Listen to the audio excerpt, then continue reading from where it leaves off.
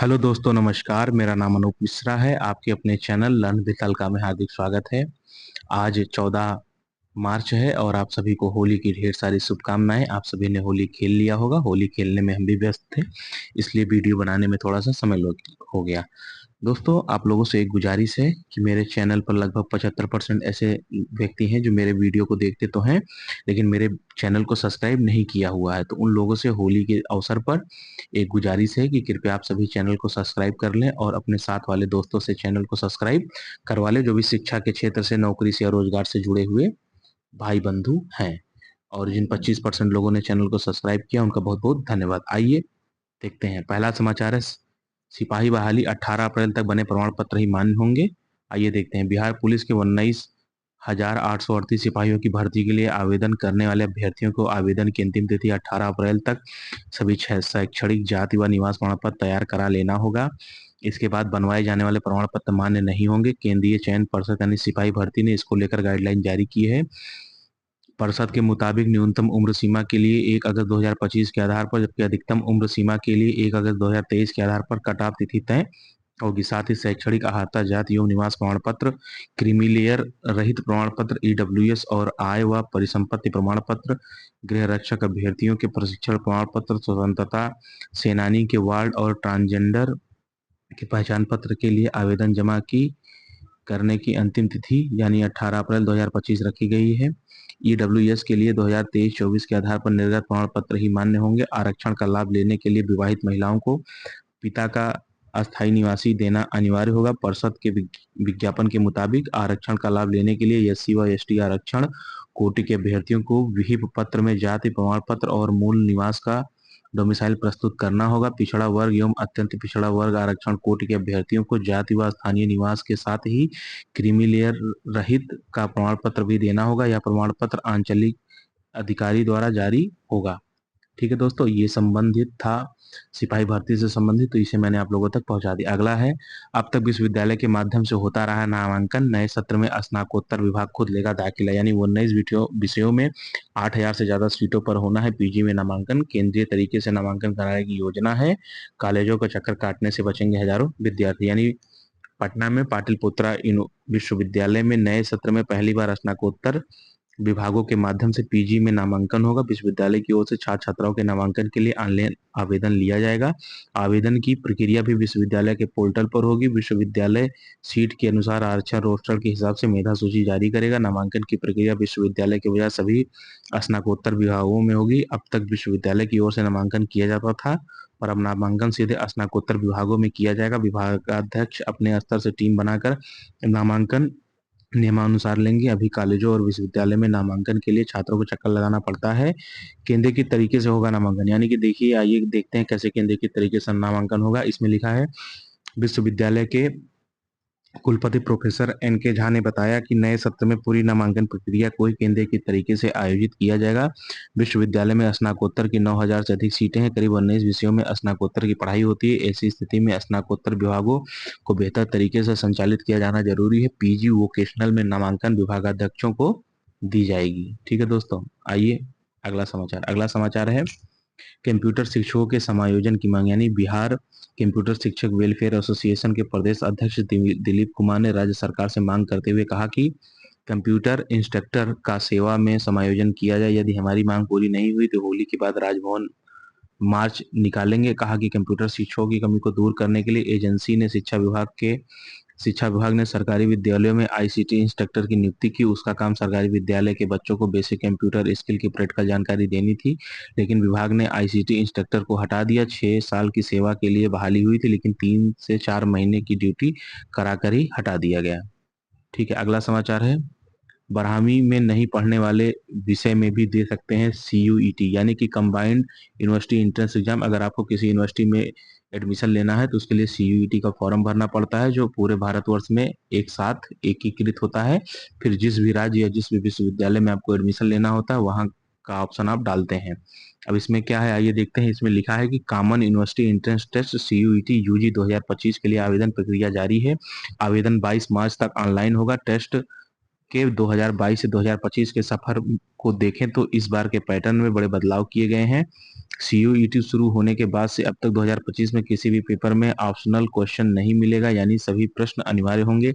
ऐसे में इस बार आवेदन प्रक्रिया से लेकर सब्जेक्टिव कॉम्बिनेशन का चयन बहुत ही ध्यान से करना होगा। छात्रों को तय करना होगा कि उन्हें ग्रेजुएशन में कौन से मेजर सब्जेक्ट्स पढ़ने हैं, साथ ही किस यूनिवर्सिटी में एडमिशन का टारगेट है। मई में शुरू होने वाले एग्जाम में सबसे बड़ा बदलाव यह भी है कि अगर वे छात्र 12वीं में कोई सब्जेक्ट नहीं पढ़ रहे हैं तो उसमें भी सीयूईटी दे सकते हैं। साथ ही एनटीए ने कहा कि छात्रों को संबंधित यूनिवर्सिटी के किसी कोर्स की एलिजिबिलिटी शर्तों को देखकर ही आवेदन करना चाहिए। दक्षिण बिहार केंद्रीय विश्वविद्यालय सीयूएसबी के पीआरओ मोहम्मद मुद्दसिर आलम ने बताया कि स्ट्रीम को लेकर कोई बदलाव नहीं किया गया है। 12वीं में साइंस स्ट्रीम वाले यूजी कोर्स के साइंस स्ट्रीम में ही एडमिशन लेंगे। ठीक है, अगला है समाचार है 17 मार्च से सरकारी स्कूलों में शुरू होगी परीक्षा। एचएम को निर्देश दिया है। 9वीं और 11वीं की परीक्षा 17 मार्च से शुरू होगी और 9वीं और 11वीं की परीक्षा की ऑनलाइन निगरानी होगी। इसमें लिखा है 9वीं और 11वीं की परीक्षा की ऑनलाइन मॉनिटरिंग विभाग करेगा। कितने बच्चे परीक्षा दे रहे हैं इसकी हर दिन नाम पते के साथ रिपोर्ट अपलोड होगी। बिहार विद्यालय परीक्षा समिति ने निर्देश दिया है कि वार्षिक परीक्षा में शामिल होने वाले बच्चों की अगली कक्षा में जाएंगे। 17 मार्च से वार्षिक परीक्षा सरकारी स्कूलों में शुरू हो रही है। इसे लेकर गुरुवार को सभी हेडमास्टर के साथ तैयारी की समीक्षा की गई। डीओ ने कहा कि जितने बच्चे नामांकित हैं उन सभी का परीक्षा में शामिल होना अनिवार्य है। अगर बच्चे परीक्षा में शामिल नहीं होते हैं तो न केवल उनका नाम काट दिया जाएगा बल्कि आगे 10वीं की बोर्ड का फॉर्म भी नहीं भर पाएंगे। बच्चे परीक्षा में शामिल नहीं हो इस पर अभिभावकों को भी रुचि शामिल हो इस पर अभिभावकों को भी रुचि लेनी होगी। बनाया गया है परीक्षा ग्रुप। एचएम इसी में करेंगे रिपोर्ट। एंड डीओ ने कहा कि सभी स्कूल परीक्षा होने के साथ ही हर दिन बच्चों की उपस्थिति की रिपोर्ट देंगे।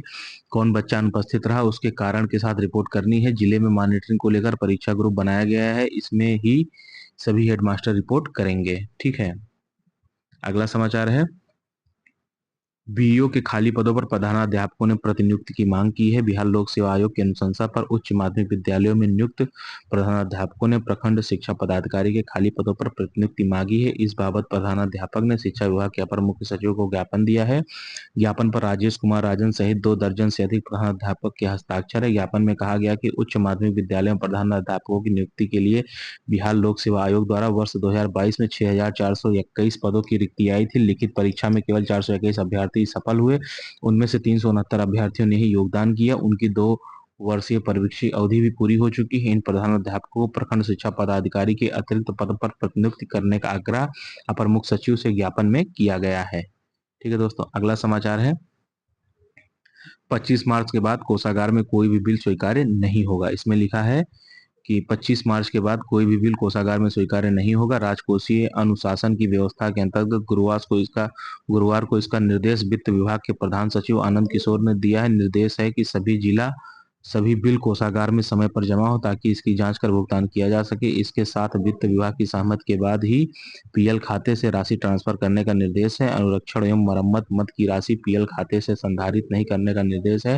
हालांकि पीएल खाते में राशि अंतरण के मामले में स्पेशल असिस्टेंट व स्टेट्स फॉर कैपिटल इन्वेस्टमेंट से संबंधित राशि में छूट दी गई है। उल्लेखनीय है कि चालू वित्तीय वर्ष 2024-25 के अंतिम महीने में वित्तीय अनुशासन बनाए रखने के लिए वित्त विभाग की ओर से जारी यह आवश्यक निर्देश है। सभी विषयों के अपर मुख्य सचिव, प्रधान सचिव, सचिव विभागाध्यक्ष, जिला शिक्षा पदाधिकारी, कोषा पदाधिकारी और निकासी एवं व्यय अधिकारी इससे अवगत करा दिया जाएगा। ठीक है, अगला समाचार है गया का रिकाउंसलिंग निकला हुआ है।